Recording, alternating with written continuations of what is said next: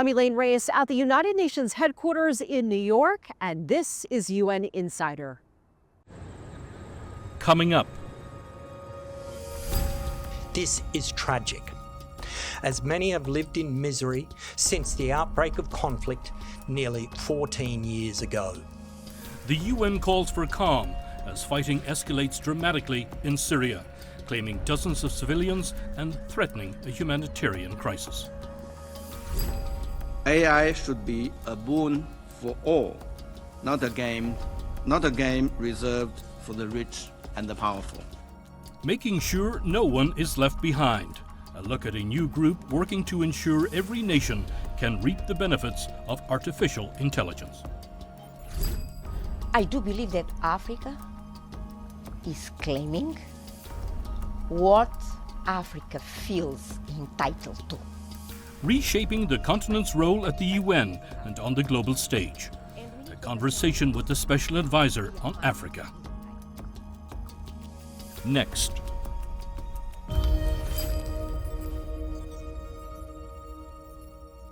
There is no military solution to this conflict. If we do not see de-escalation and a rapid move towards a serious political process involving the Syrian parties and the key international players, then I fear we will see a deepening of the crisis. The Security Council called an emergency meeting this week over a complex and dangerous situation unfolding in Syria. Intense fighting erupted last week, and opposition groups captured territory that includes the country's second largest city, Aleppo.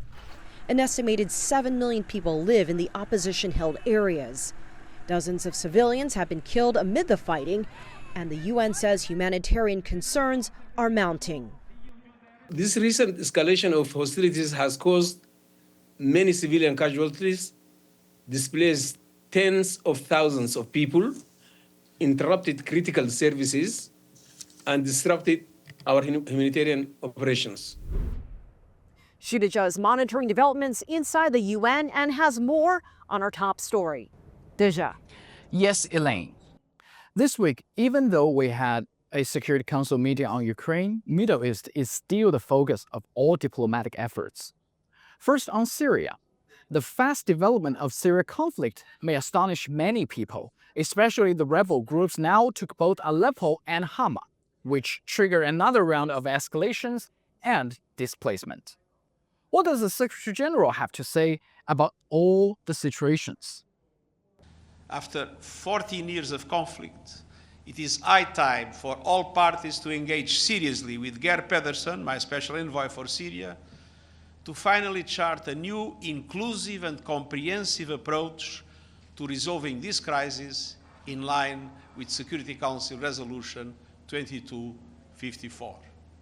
It's time for serious dialogue. Security Council had 2 meetings this week on Syria. The first one was quite dramatic.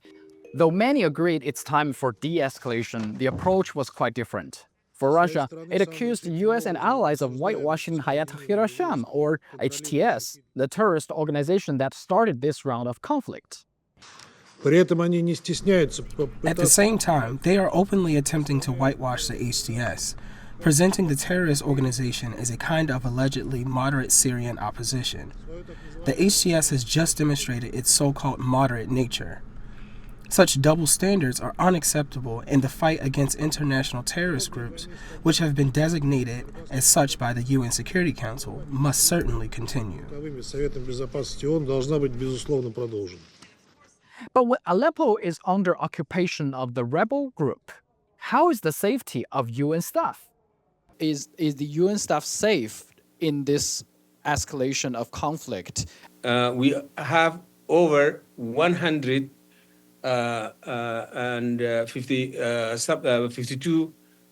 staff members, national and international, currently in Aleppo. The first contact that the Hayat Tahrir al-Sham, or HTS, made with our staff there was to assure them of their safety. Some of them still don't feel safe. We are organizing a relocation for them, but we made it clear to everyone that we will maintain our capacity there by deploying people who can work in this kind of environment, and together with our colleagues who operate on cross-border, we will try to maximize the ability to reach as many affected people as possible. Since the biggest faction of the rebel is now a terrorist group, how does the UN deal with them for humanitarian work? Hayat Tahrir al-Sham, if I remember correctly, it's on the consolidated list of the Security Council, which means it's a terrorist group. That is correct. Can UN staff even work with the terrorist group? We obviously, as in all over the world, have to have operational contact with people who control a certain territory or a certain area for the benefit of the people, right, to deliver humanitarian aid, and we continue to do that wherever we need to be. Also this week, the General Assembly resumed its 10th ESS, Emergency Special Session on Palestine question. Here is what both ambassadors of Palestine and Israel have to say.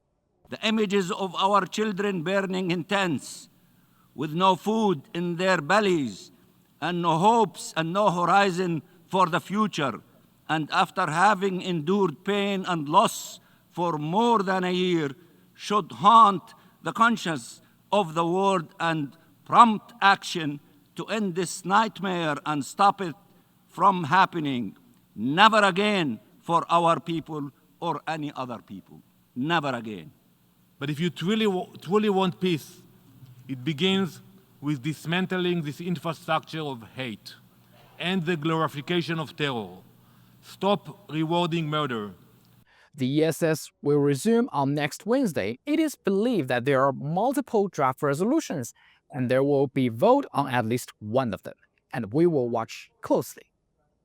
But this week, UNRWA also announced it halts humanitarian activities through the major border crossing in Gaza, Karim Shalom. How's everything going now? So it's due to the security concerns from both the criminal gangs as well as Israel. Yeah, it's definitely due to the security concerns, to or shall we say the insecurity that exists around that area. Any other border crossings? I mean, there are still a bunch of population inside that needs humanitarian deliveries. The insecurity, the challenges, the fact there's a conflict going on is all over the Gaza Strip, not to mention the access restrictions to the north imposed by the IDF. So the challenges are many and they're numerous. One last thing. This Thursday, UN kicked off its traditional holiday bazaar.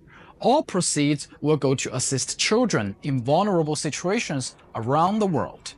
Let us hope this could help a little for those who are in conflicts.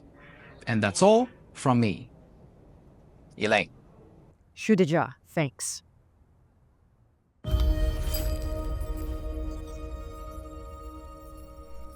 China's ambassador convened the first meeting of a group focused on leveling the AI playing field.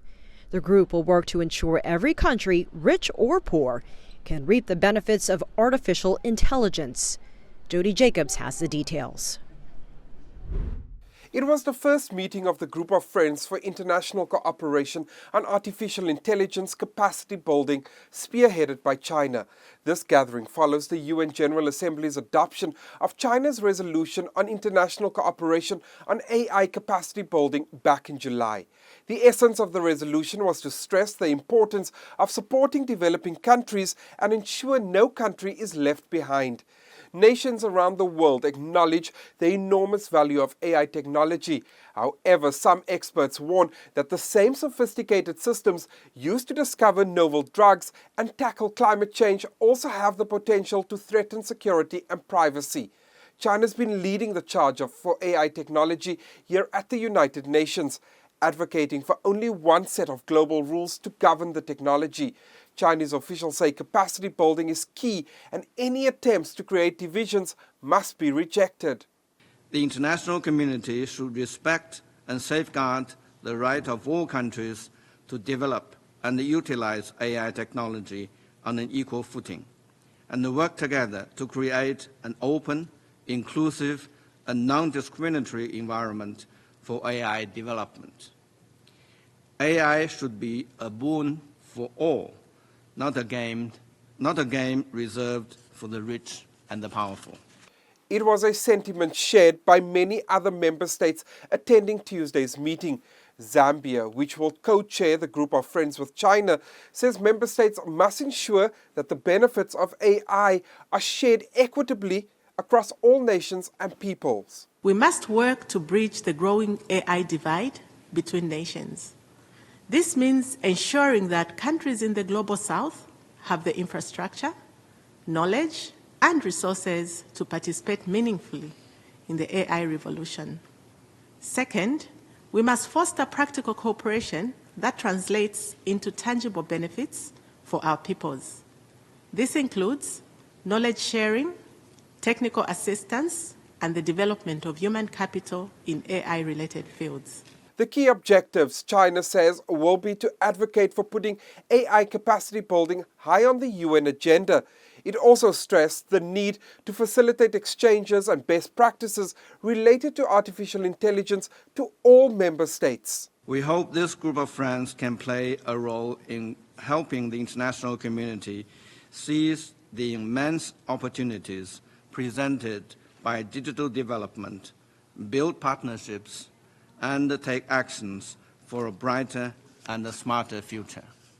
China says this group will be open to all member states, and it intends to ensure the platform is used to implement the actions set out in the UN General Assembly resolution. Jody Jacob, CGTN, New York. Coming up. Africa's debt distress, the root cause is the fact that Africa does not control its own economic and financial flows.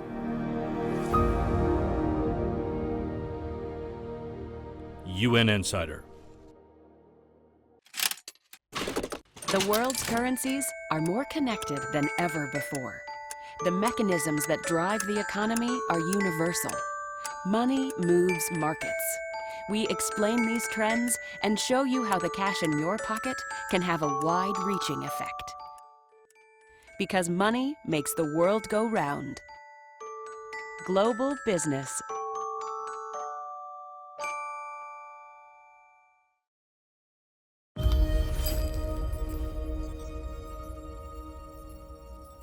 Nearly 30% of the UN's member states can be found on the African continent. They make up the UN's largest regional group. But Africa has often been underrepresented in global diplomacy, and that may be changing. I sat down with the Undersecretary General and Special Advisor on Africa, Cristina Duarte. Undersecretary General Duarte, thank you so much for joining us. There's been a lot of conversation and compelling arguments, the push to add 2 permanent seats on the UN Security Council representing the African continent, and as 2 more non-permanent members as well. How important is it to have African representation when so many issues are coming up at these meetings, and the continent makes up a large part of the world's population? I don't think it's a question of importance, but I see it more as a question of entitlement. I do believe that Africa is claiming what Africa feels entitled to. This is at least my feeling as an African. And we need to understand what is behind this entitlement. What are the values and principles? Fairness, justice, respect. So, as the Secretary General said, it's not only a question of ethics and justice, but in one of his statements, he underscored that Africa's representation, Africa's voice in the UN Security Council is at the same time a question of strategic importance on a global geopolitical arena. want to ask you about this year's flagship report that you have released, Unpacking Africa's Debt Towards a Lasting and Durable Solution. What are the biggest takeaways from that report? The main purpose of that report was clearly to challenge the narrative on Africa's debt. The reason of Africa's debt distress, the root cause, is the fact that Africa does not control its own economic and financial flows. Africa has been captured by a triple paradox in the past 60 years. The financing paradox, where Africa is rich in financial resources, but sometimes in debt distress, allow me to say begging for ODA, but at the same time is losing $500 billion annually. This finance paradox has been feeding another one, the energy paradox.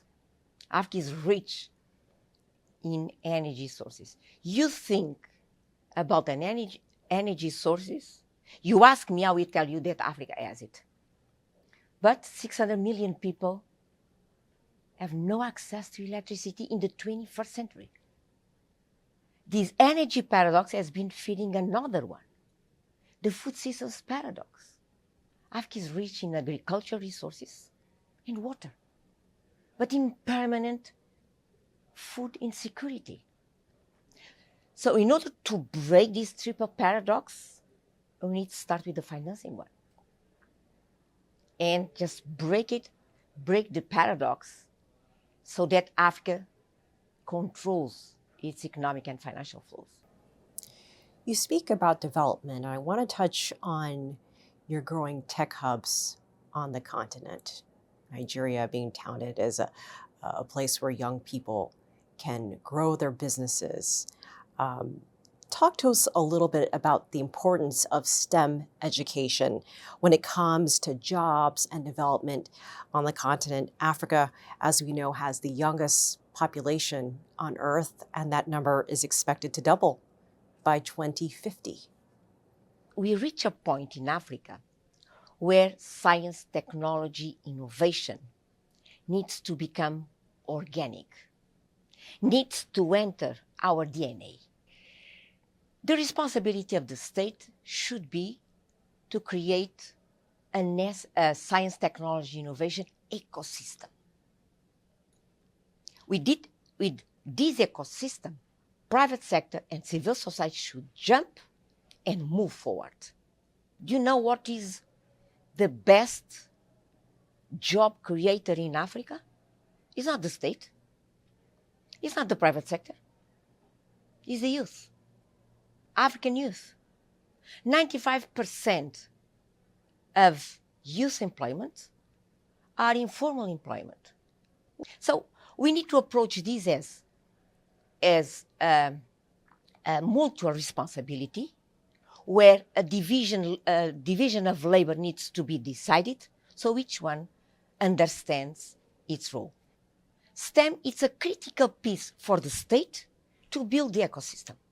Without STEM, forget it. I used to say that so far STEM has been serving as a gourmet. No, it should be the main course. We need to scale it up in Africa. We need to increase in a massive way STEM education. Move of this perception of being gourmet, maybe only in private school, and to make it the main course. Under Secretary General, how would you describe China's relationship with AU countries, African Union countries, and China's role in development and partnerships on the African continent? As you know, is outstanding. As you know, is outstanding. I was Minister of Finance. I interact with China as one of the main partners of Cape Verde, and was an outstanding partnership. But allow me to take the opportunity of your question to mention the South-South cooperation. I think it's critical for the next 25 years of Africa's development. In my view, the South-South cooperation is facing a dilemma. And we need to be aware of that. If the South-South cooperation will just copy and paste the cooperation model that basically starts right after the Second World War II, the Second World War, I believe it will fail. That model is over. That model is broken. But if the South-South cooperation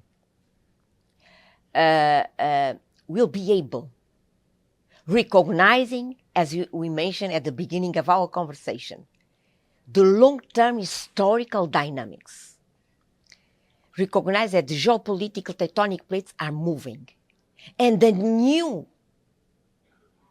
cooperation development model needs to emerge, then the South-South cooperation will succeed. We have positive signs that we are in that direction, the BRICS, etc., etc. Let's see. Wait and see. Undersecretary General Cristina Duarte, thank you for joining us. Always a pleasure. UN Insider.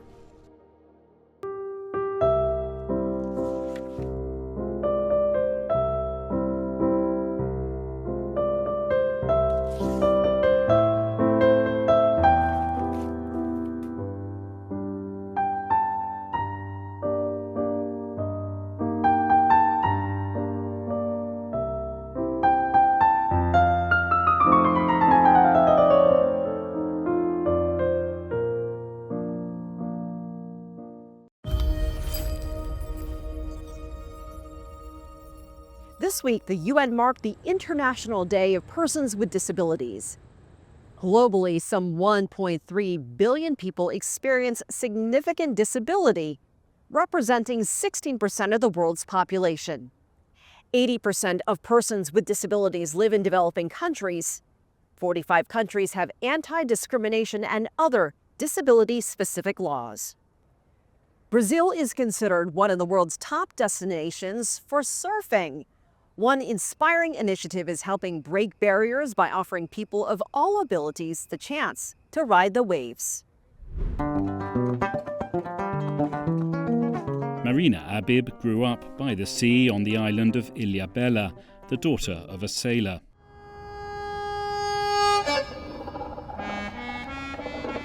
A renowned contemporary dancer, in 2022 she was diagnosed with a rare illness, leaving her lower body temporarily paralysed. She's had to relearn basic functions such as eating and walking. Eu sinto a necessidade de estar em movimento. Marina began taking classes at the surf school in January 2023. Acho que o mar, para mim, essa reação de casa, está em mim. Getting on a board, she says, is everything to her.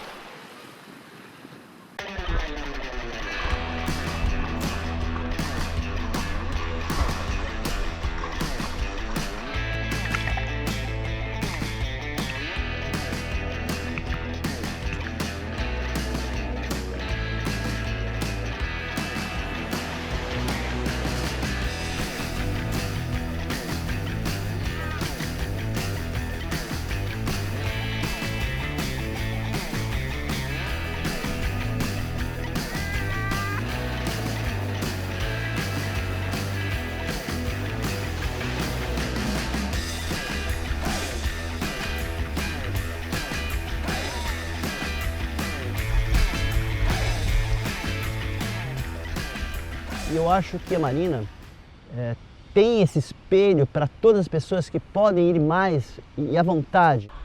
O medo faz com que você retraia todo o seu corpo. E no surf, no mar, acontece o contrário. O relaxamento, a alegria, a vontade de retomar a vida. Então, o processo entre Marina e nós é que eu quero arrancar dela o medo. Quando olha a Marina, fala assim, nossa, que menina linda, né? Que mulher maravilhosa, que pode ir muito mais além. Então, quando a gente consegue ver que ela arrancou um sorriso dela, a gente fala, bom, a gente conseguiu alguma coisa. Essa é a semente de ouro das escolas. Esse é o curador. O oceano tem todo esse poder para fazer com que isso aconteça. Nós somos só as ferramentas. E é isso, Marina é um anjo que está aqui, como outras crianças e outras pessoas que estão aqui. E a gente aprende com cada um deles. Isso não veio por acaso. Lá atrás, quando a gente começou a receber as pessoas com deficiência e também as pessoas maiores, eu fui abraçando, mas por intuição, não era uma ideia, não é um projeto, uma ideia. Sim, a escola depois se tornou um projeto, mas é uma intuição muito forte daquilo que eu recebi do mar para dar em volta.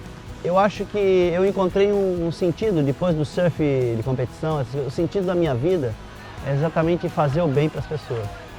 E eu acho que eles também me ajudam muito a me conhecer, para me tornar um ser humano melhor.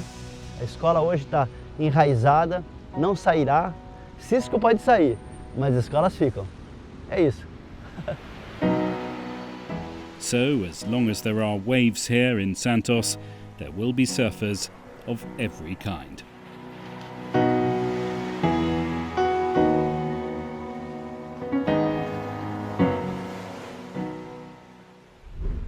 I'm Elaine Reyes at UN headquarters in New York. Thanks for being a UN Insider.